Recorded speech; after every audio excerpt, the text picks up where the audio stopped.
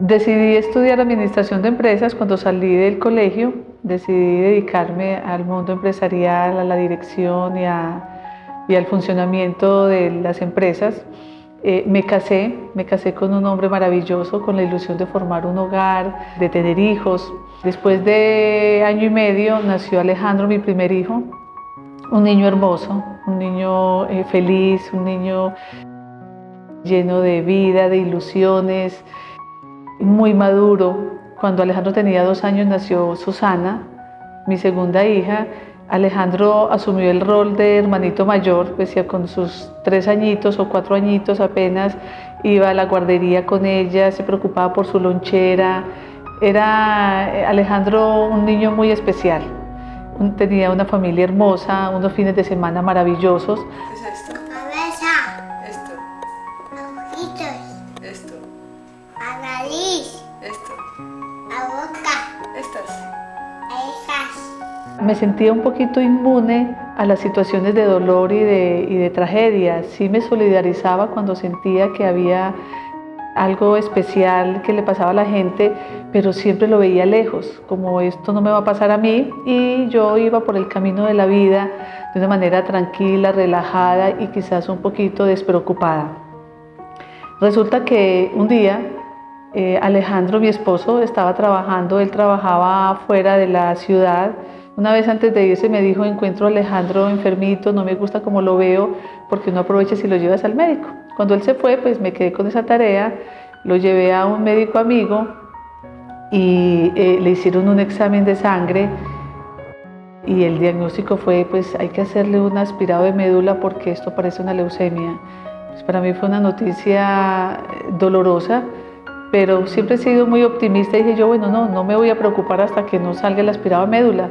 Al día siguiente se le hizo el aspirado de médula. Recuerdo que mientras esperaba en el pasillo el resultado, las enfermeras pasaban y no se atrevían a decirme nada, hasta que pues ya esperando y desesperada les pregunté a una que pasó qué hay del resultado, y ella muy asustada me dijo: estamos esperando qué tipo es. Cuando ella me dijo qué tipo es, entendí que sí, que era una leucemia. Minutos después me llama el médico a su consultorio y me ratifica que Alejandro tenía una leucemia mieloide aguda. Cada 3 palabras el médico me decía: si no lo perdemos, si no lo perdemos. Realmente después entendí que el médico no tenía ninguna esperanza. Él me dijo en ese momento: si fuera mi hijo, yo empezaría hoy mismo una quimioterapia. Yo le dije: sí, empecemos hoy, yo me encargo de todo lo demás. Él me dijo: necesito una autorización del papá. Yo le dije: no importa, a las 4 de la tarde se la tengo. Total, cogí mi carro y me fui con el niño donde mi mamá. Cuando llegué a la casa de mi mamá, se lo entregué en sus brazos, le dije: es positivo. Me fui, cogí el teléfono para comunicarme con la empresa de salud, y cuando me contestó al otro lado de la línea la enfermera encargada de las autorizaciones y me pregunta, y yo tengo que contestarle: mi hijo tiene una leucemia mieloide aguda. Cuando yo lo verbalicé, cuando yo ya me lo escuché, fue como ratificarlo y como entenderlo, y empecé a llorar y lloré mucho rato. Amorosamente, quien estaba al otro lado del teléfono esperó, y cuando ya fui capaz de hablar, ella me dijo: no te preocupes, ve a la clínica y yo me encargo de todo lo demás. Solo me faltaba la autorización por cuenta del papá. Entonces me quedé al lado del teléfono pensando: ¿qué voy a hacer? ¿Qué voy a hacer? Sonó casualmente en ese momento el teléfono y era él, era mi esposo. Casualmente pasó por una casita donde había un teléfono y como se había ido preocupado por el niño, marcó a ver cómo seguía. Simplemente le dije que Alejandro, el médico había decidido que era mejor hospitalizarlo para hacerle unos chequeos y que se viniera. Total, a las 3 horas ya nos encontramos en la clínica, ya había ido yo adelantando algunos trámites. Él se sentó a mi lado y me dijo: qué preocupación con que irá a resultar el niño. Y yo le dije: no, ya sabemos qué tiene, Alejandro tiene una leucemia. Si yo le digo esa noticia, si le doy esa noticia, él estando parado seguro se cae, porque él sintió que su cuerpo se quedó sin fuerzas. Inmediatamente yo le dije: no te preocupes, todo va a salir bien, vamos a sacarlo adelante. Ya cuando fuimos a buscarlo, que él estaba ya en la unidad de pediatría, Cuando abrimos la puerta del pasillo, él lo miró y el niño estaba en la enfermería, en el puesto de enfermería algunos metros más adelante. Y cuando el niño vio que llegó el papá, se vino corriendo con una emoción a abrazarlo, y el papá se fue a encontrar ese abrazo y se fundieron en uno solo en un cuadro desgarrador, porque Alejandro, el niño, estaba feliz de abrazar a su papá, pero este papá estaba destrozado sabiendo lo que les esperaba vivir. Ahí empezó entonces un duro año de mucho esfuerzo, de mucha tristeza, de mucha lucha, de muchas curvas, de subir y bajar, hasta que finalmente Alejandro murió. Lo despedí, creí haberle dicho todo, pero no se iba. De pronto sentí yo angustia y dije: Dios, si te lo vas a llevar, llévatelo ya. Y sentí como si alguien me dijera: es un niño de 6 años enfrentándose a algo tan grande como la muerte, tiene miedo. Cuando yo percibí ese miedo de él, me acerqué a su carita, yo puse mi cara en la carita de él y le dije: amorcito, no te asustes, que tú no te estás muriendo, tú estás volviendo a nacer y estás naciendo sano, no vas a tener más esta enfermedad, vete tranquilo que la mamita va a estar bien. Él respiró y se fue. Yo me quedé ahí esperando que volviera a respirar no sé cuánto rato y nunca más respiró. No sé cuánto tiempo pasó, el hecho fue que yo me enderecé y cuando lo miré estaba muerto, con los ojitos abiertos. Yo con mis dedos le cerré sus ojitos, cerré mis ojos. Cuando abrí los ojos lo miré y ese no era Alejandro, ya se había ido. Entonces lo tapé hasta arriba, y cuando yo lo tapé hasta arriba sentí que me desgarraron el alma. Cuando yo lo volví a destapar vi que ya no era, pero dolía. El abrazo que ya no iba a dar, los dientes que ya no iba a lavar, la cabecita que no iba a peinar, ese hola mamita que ya no iba a escuchar más, y esa parte dolió.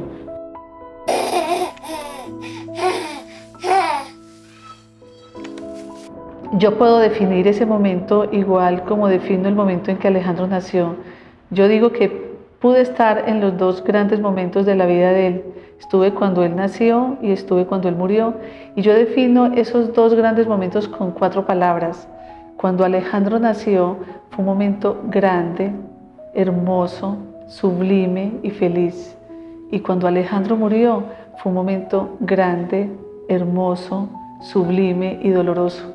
Solamente cambio la 4ª y entendí también que el placer y el dolor son parte de la vida y que muchas veces el dolor nos impide ver la grandeza y la importancia de algunos momentos como la muerte en este caso.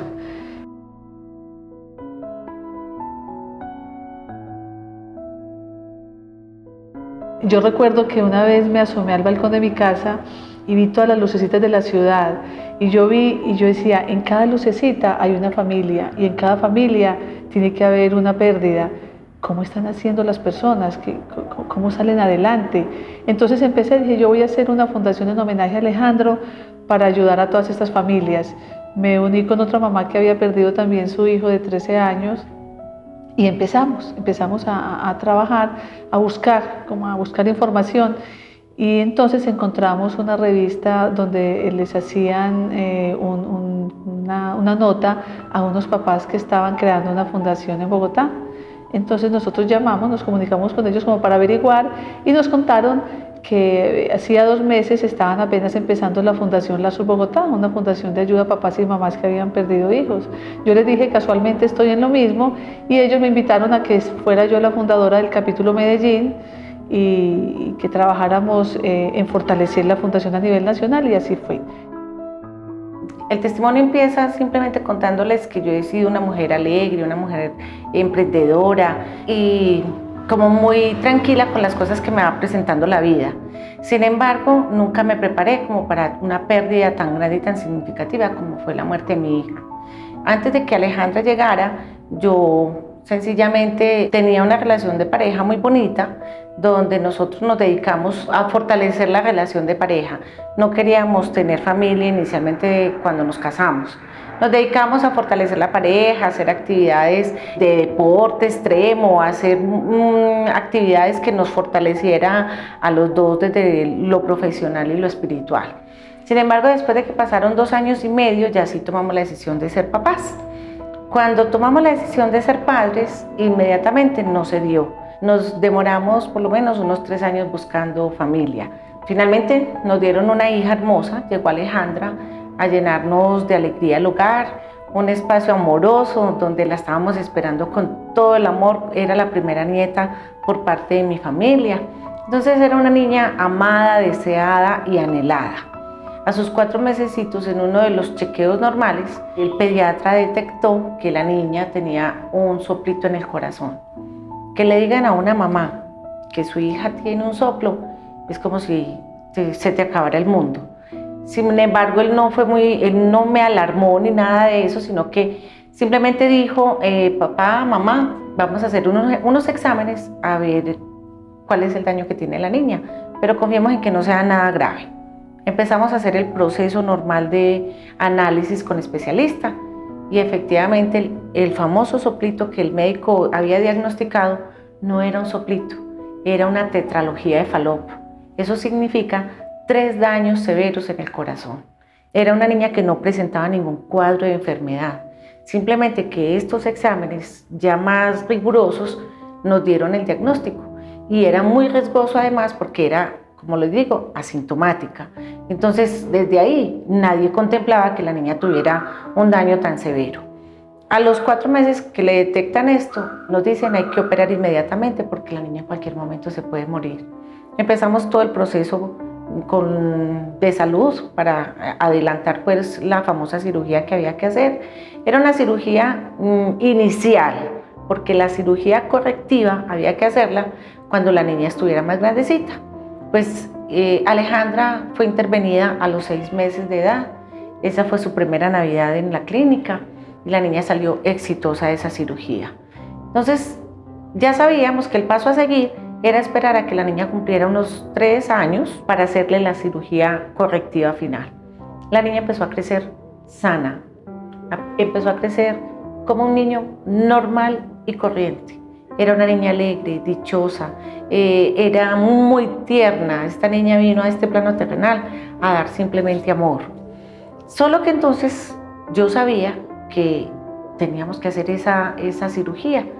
Papá y mamá nos dateamos, investigamos de la magnitud de la cirugía, los riesgos que se corrían y sin embargo la especialista nos decía, papá y mamá, ustedes tienen más del 90% ganado en la cirugía porque es una niña sana, porque es una niña asintomática, porque los niños se recuperan más fácilmente.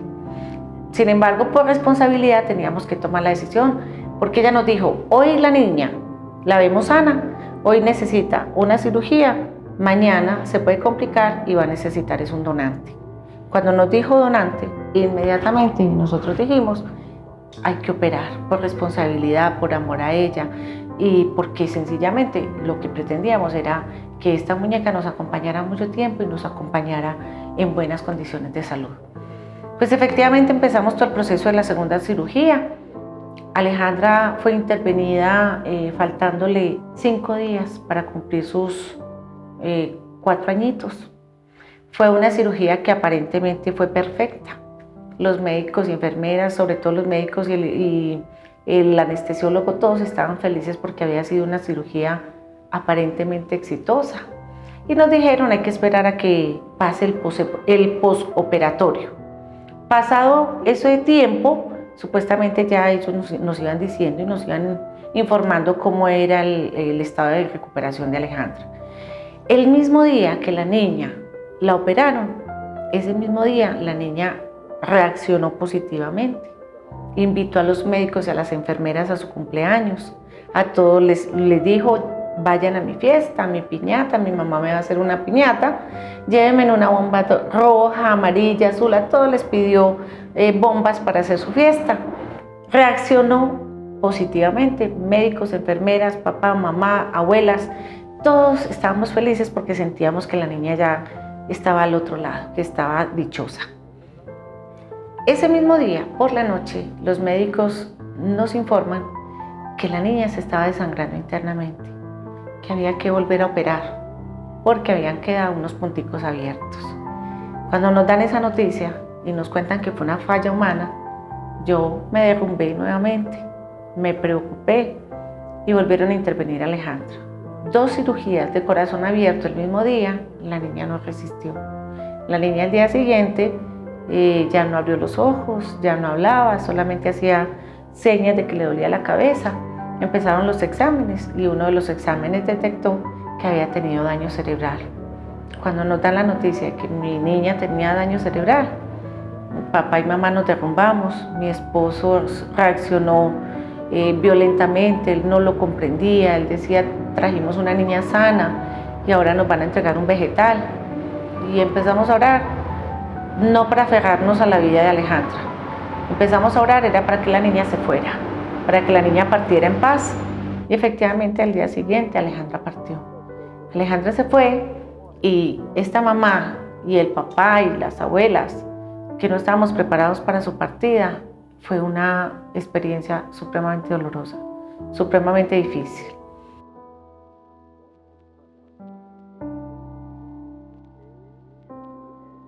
Sin embargo, en el fondo de mi alma yo sabía que yo no podía quedarme en la oscuridad. Tuve 3 meses de oscuridad donde yo solamente estaba conectada con la muerte de mi hija.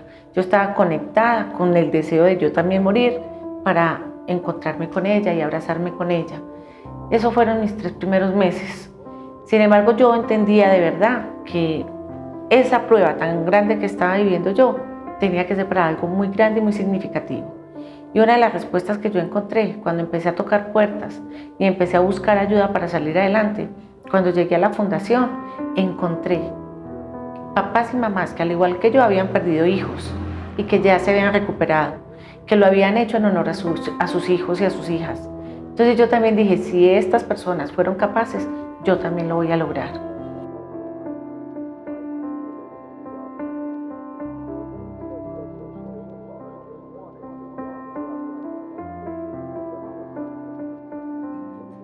Así fueron pasando ya como 4 años yo al frente de la Fundación Lazos, en una tarea muy bonita, un poco difícil a veces, pero muy gratificante también al encontrar que realmente las familias podían superarse y volver a sonreír. Y una vez llegó Lucy Rodríguez, una mamá con mucho dolor por la muerte de su pequeña hija, Alejandra. Lo logré, volví a recuperarme. Tomé la decisión de quedarme en la fundación para apoyar a otras familias. Desde mi profesión yo he trabajado con procesos de formación y de acompañamiento. Entonces la vida simplemente me dijo, debes aprender del tema de la muerte, debes aprender del tema de los duelos. Y ya me he dedicado a eso ya hace 15 años, lo que hace que partió Alejandra. Todo esto lo hago para honrar su nombre. Cuando ya logré hacer mi proceso de duelo, me quedé apoyando a otras familias, como lo había mencionado, porque comprendo que efectivamente este es un tema que amerita ser atendido. A mí la muerte me cogió de sorpresa. Yo nunca dimensioné que tuviera que despedir un hijo, y en este caso pues a mi hija. La gente nos empezó a buscar por otras pérdidas. Nos decían, bueno, porque solamente ayudan a papás y mamás. Yo perdí mi esposo o mi esposa, yo perdí mi mamá, yo perdí mi amigo, yo me separé y tengo la vida hecha un nudo. Entonces decidimos crear para este fin la Fundación Libélula. La Fundación Libélula se crea para acompañar a las personas que han tenido diferentes pérdidas, diferentes a la de papá y mamá, pero por encima de eso también enseñarles a las personas a que aprendan a vivir a propósito y con sentido, que aprendan a ser felices y a valorar la vida sin necesidad de que sea con un golpe tan duro como la muerte de un ser querido. Nosotros con la Fundación Libélula pretendemos crear un espacio amoroso donde se propicien espacios reflexivos para validar la vida y también validar la muerte, para darle un espacio a la muerte, que la muerte no nos tome desprevenidos, que no la admiremos como una enemiga, al contrario, acercarnos a este tema porque cuando llegamos con conciencia a asumir el tema de la muerte, trascendemos espiritualmente. Bueno, antes del accidente vivía con mi papá, se llama José, mi mamá Ana Cecilia, mi hermanita Juanita, mi gata Tita y yo. Éramos una familia común y corriente, salíamos los fines de semana, estudiábamos nosotras, mi mamá nos llevaba al colegio, mi papá trabajaba y todo era muy normal a lo que hacen las familias completas, unidas, que que son cosas muy comunes. Aquí está Juanita Restrepo Ávila, la caremica. Y por allá viene alegando el señor José.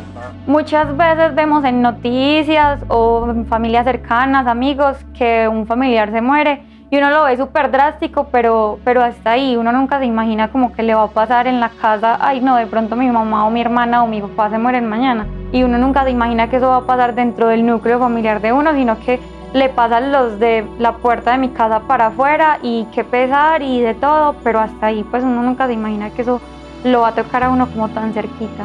Hola, un saludo para la cámara. Hola. ¿Cómo estás? Bien. ¿Qué andas haciendo? Llegó el día pues del accidente, nos desplazamos hacia Yarumal, viajamos temprano, ya de regreso acusaron todos mucho para venirse. Ese día Juanita andaba con sus travesuras, inquieta, y ya nos vinimos. Entonces venía en la parte de atrás del carro, una camioneta, haciendo recocha, porque no dejaba quieta a Manuela, tomando fotos y haciendo sus monerías como siempre. Y llegó el momento del accidente, que fue bastante dramático, y esos momentos no se olvidan. Llegando a Santa Rosa de Osos, tuvimos un accidente en el carro pues que veníamos mi mamá, mi hermana, mi papá, un amigo de mi papá y yo.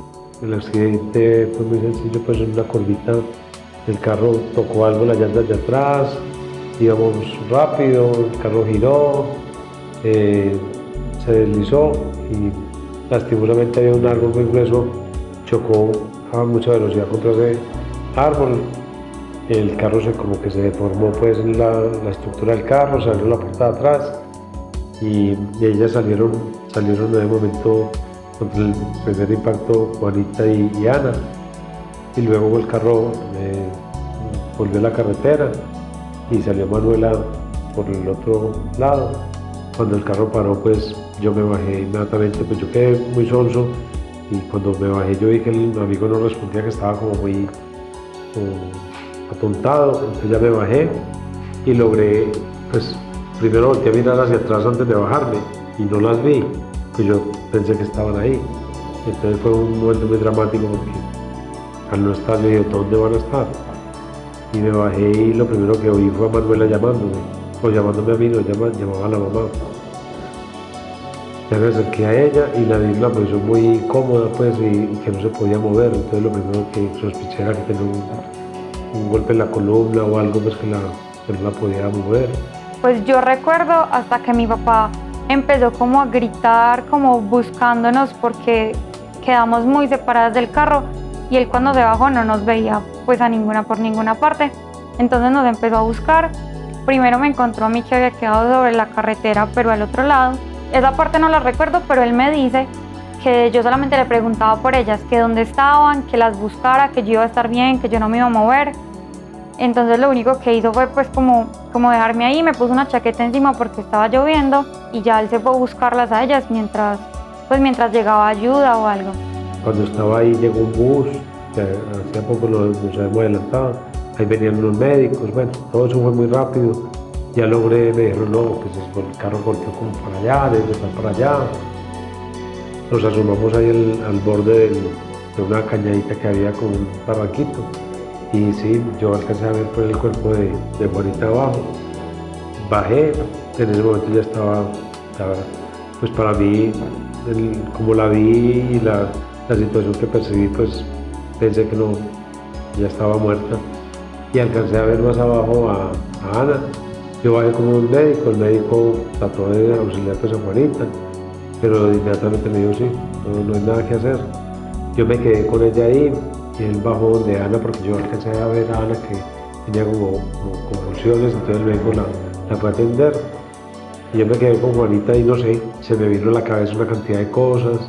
Y me entablé una comunicación con ella, decirle que tranquila, que iba a acompañar a Manuela, que ya ella iba para un sitio mejor, que yo pensé que yo era el que las iba a abandonar, y bueno, me salió un montón de cositas así. Me tocó dejarla ahí, ya el médico se quedó con ella, y yo subí nuevamente pues a acompañar a Manuela. Ya me habían dicho pues que Ana también había fallecido. Y los médicos que estaban ahí pues también le dijeron que lo mejor era que se fuera conmigo en la ambulancia, que era la única que tenía como probabilidades pues, como de vivir, porque ellos ya, mi mamá también cuando la encontró, lo primero pues que vieron era que era una hemorragia interna, entonces que igual no podían hacer nada más, que lo único que quedaba era que llegara a la ambulancia y que me trasladaran pues a alguna parte cercana para ver igual qué daños tenía y que las lesiones no fueran peores. De ahí ya Manuela me dio temor decirle lo que había pasado, no quise decirle nada. Le dije que ellas las tenían otros médicos, nosotros nos íbamos a ir, ya había llegado una ambulancia. Nos desplazamos con Manuela pues, al hospital de Santa Rosa de Osos. Después recuerdo estar en la ambulancia, un viaje eterno, porque primero nos llevaron al hospital de Santa Rosa. En ese momento yo no sabía que ellas habían fallecido. Mi papá no sé de dónde sacó como el valor para montarse a la ambulancia y quedarse como pensando solo en mí o concentrado en eso y dejar de lado lo que había vivido con ellas en ese espacio y quedarse ahí conmigo sin decirme, porque igual sabía que cualquier movimiento, cualquier alteración podía ser pues como una consecuencia para mí. Después, en el otro traslado de la ambulancia hasta Medellín fue mucho más largo, súper incómodo porque me tenían amarrada de todas partes porque no podía moverme por una posible lesión en la columna, hasta que llegamos al hospital general. Bueno, me atendieron, me hicieron todas las radiografías, todo lo que me tenían que hacer y me llevaron como a un cuarto separado para que mi papá pues me contara ya lo que había pasado. Aunque ya lo sabía, igual escucharlo como ya de otra forma y que lo dijera él, pues era como un poquito más cierto. Entonces, obviamente el escándalo que hice fue impresionante, el desespero y solamente imaginarme que ya no las iba a tener más y qué iba a pasar o qué me iba a pasar a mí estando ahí en la camilla en el hospital. Era un momento como muy frustrante, pues uno nunca se imagina como que eso le va a pasar.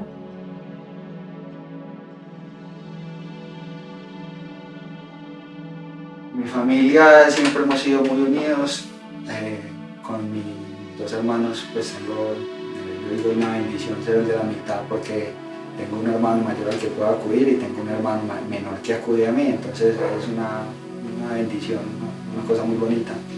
Hemos sido siempre muy unidos con mi mamá, con mi papá, pero sobre todo entre nosotros, pero en realidad entre nosotros era una cosa muy diferente. Nosotros, o sea, ellos pensaban que nosotros jugábamos ahí jugando, leyendo, no, apenas ellos se iban, nosotros cogíamos la cama de ellos y peleábamos ahí, nos cogíamos hielo a tirarnos por la casa, agua, no, éramos muy gamines.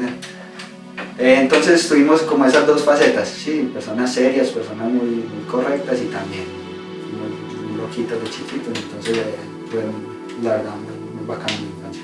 Mi hermano Luis Felipe era una persona demasiado seria. Él se murió a sus 20 años y por ahí desde los 13 ya tenía la actitud de un adulto. Todo era dedicado al estudio, él era demasiado dedicado al estudio. Era un 1 de enero, nosotros estábamos de visita donde una tía y ese día yo recuerdo que mi hermano estuvo muy callado, más callado de lo normal. Las únicas actividades que lo iba haciendo en el día fue que estuvo como por ahí 1 hora o 40 minutos pegado al computador haciendo un trabajo pues, que tenía que hacer, como completándolo, y ya de resto estuvo sentado en el mueble haciendo nada. Entonces nosotros, mi otro hermano y yo, no le prestamos pues como mucha atención y él y yo durante todo el día fuimos a piscina, jugamos voleibol y ya por la tarde me encontraba yo con mi otro hermano jugando baloncesto. Cuando nos aburrimos de jugar voleibol playa, vinimos a cambiarnos para ir a jugar baloncesto, que es lo que mi hermano y yo jugamos. Nos fuimos a jugar él y yo, y el resto de la familia se fue para la piscina. Y mi hermano pues no quería ir. Baloncesto no juega y tampoco quería ir a la piscina, hasta que pues ya mi mamá lo convenció, él, porque también no le gustaba verlo ahí solo, todo el mundo divirtiéndose y él ahí como acostado. Entonces lo convenció de que fueran a la piscina. Recuerdo que mi papá fue a la cancha a decirnos que llamáramos a mi tía y estaba pues un poco alterado y mi tía es enfermera, entonces ya nosotros nos alcanzamos a imaginar pues que algo pasaba, pero no le dimos pues con mucha importancia. Entonces yo fui hasta la casa, la llamé, le dije que la necesitaban en la piscina y a la avenida no me fui con ella hasta la piscina, sino que me quedé en la cancha. Y yo quedé con la incertidumbre y fui a la piscina a mirar. Cuando llego lo que me encuentro es que estaba mi mamá sacándolo a él de la piscina, y cuando lo sacó empezó a darle pues el RCP, la reanimación, y estaban llamando a ambulancias. Había mucha gente en la piscina, estaban llamando a ambulancias. Yo me acuerdo que en ese momento también llegó un médico, y desde ahí fue el momento en que yo quedé como en shock, porque mi mamá me decía, hijo, háblale, me decía a mí que le hablara a mi hermano, háblale, que no sé qué, y yo me quedé tildado, yo no sabía qué hacer. Y mi hermano no volvía, no se volvió a asomar nadie desde la piscina. Entonces yo decidí ir a ver pues qué pasaba. Cuando fui, ya encontré a mi hermano tirado en el piso y mi mamá llorando en una silla con mi tía. Había como una gente alrededor y ya lo único que estaban haciendo era esperando una ambulancia o un carro pues de la policía, que ninguna de las dos cosas llegaba. Entonces estaban como esperando lo primero que llegara para irse con él para la clínica. Entonces en ese momento llegó un carro de la policía, porque el esposo de mi tía es policía, entonces con él llamaron pues a la policía porque la ambulancia no llegaba y se lo llevaron. Bueno, mientras mis padres estaban en el hospital con mi hermano, en la casa estábamos pues el resto de la familia, todos sentados en la sala, nadie hablaba nada. Yo recuerdo que a mi hermano, cuando habían pasado ya aproximadamente una hora de que se fueron con él para la clínica, yo le dije a mi otro hermano que él iba a estar bien, pues como asumiendo ya que ya había muerto. Y yo recuerdo que él lo que me dijo, me regañó, me dijo, no, deje de ser bobo, que él va a estar bien. Ya lo que siguió fue que mi hermano llamó a mis papás para preguntarles qué había pasado. De un momento a otro colgó el celular como si no le hubieran respondido nada y se puso a llorar, y ya pues en ese momento todos entendimos, nos pusimos a llorar. Cuando llegan ellos en el carro y se baja mi mamá casi como un zombie, mi papá también al lado de ella, y no nos dijeron nada, nosotros ya simplemente sabíamos. Nos abrazamos los cuatro y mi mamá dijo, se murió mi hijo.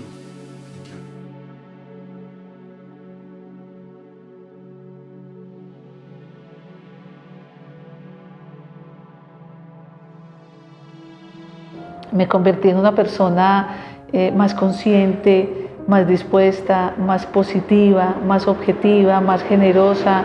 Aprendí a crear un vínculo con mis hijos de manera diferente, con más soltura, sin tanto apego. Años más tarde nació María Clara, vino a iluminar otra vez este hogar. Actualmente tengo 2 hijas a las que amo profundamente y con las que entablo una relación basada en el amor, pero sin mucho apego. Yo pienso que esas son las grandes lecciones que he aprendido de la vida. Alejandro me enseñó el amor incondicional, Alejandro me enseñó a amar sin apegos y me enseñó a vivir de manera más tranquila y más feliz. Alejandro dejó muchas lecciones. Alejandro todavía hoy, 19 años después de su muerte, me sigue enseñando lecciones. Ha hecho de mí una persona más feliz. Yo digo lastimosamente, qué lástima que haya tenido que morir Alejandro para yo aprender a vivir, para haberle encontrado sentido a la vida. Pero finalmente también entendí que eso es la vida y que la muerte existe y que la ley natural de la vida no es como nos la enseñan, que nos dicen que la ley natural de la vida es nacer, crecer, reproducirnos y morir. Yo entendí que la ley natural de la vida es nacer y morir, y que Alejandro vino a vivir 6 años y que fueron suficientes para dejarnos innumerables lecciones.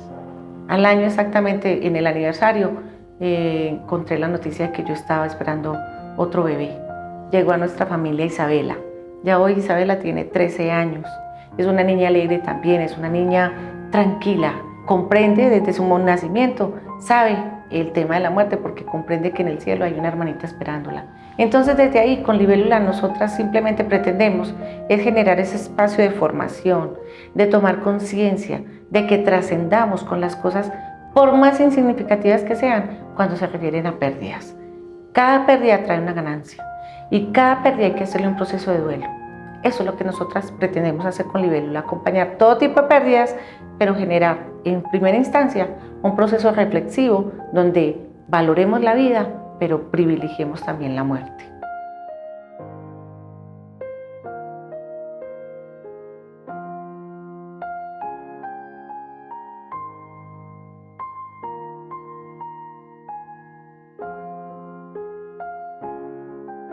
Mesecitos después del accidente, mi papá recibió una llamada de una amiga que era de mi mamá.